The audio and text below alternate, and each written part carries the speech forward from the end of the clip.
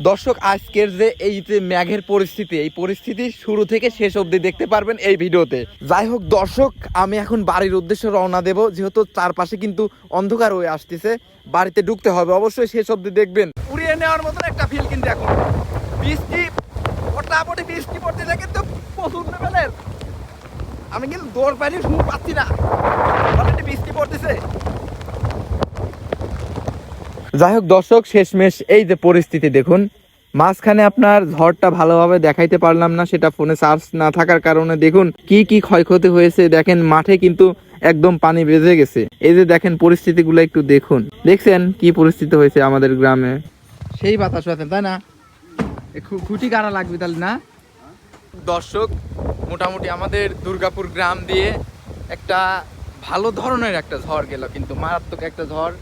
তো এখনো কিন্তু মেঘের যে পরিভাস আমরা দেখতে পারতেছি, মেঘের যে পরিবেশ সেটা কিন্তু এখনো ক্লিয়ার হয়নি। মেঘে কিন্তু মেঘ রয়েই গেল, ঠিক আছে, আকাশে কিন্তু মেঘ রয়েই গেল। এখন দেখা যাক শেষ পর্যন্ত আবার কি হয়।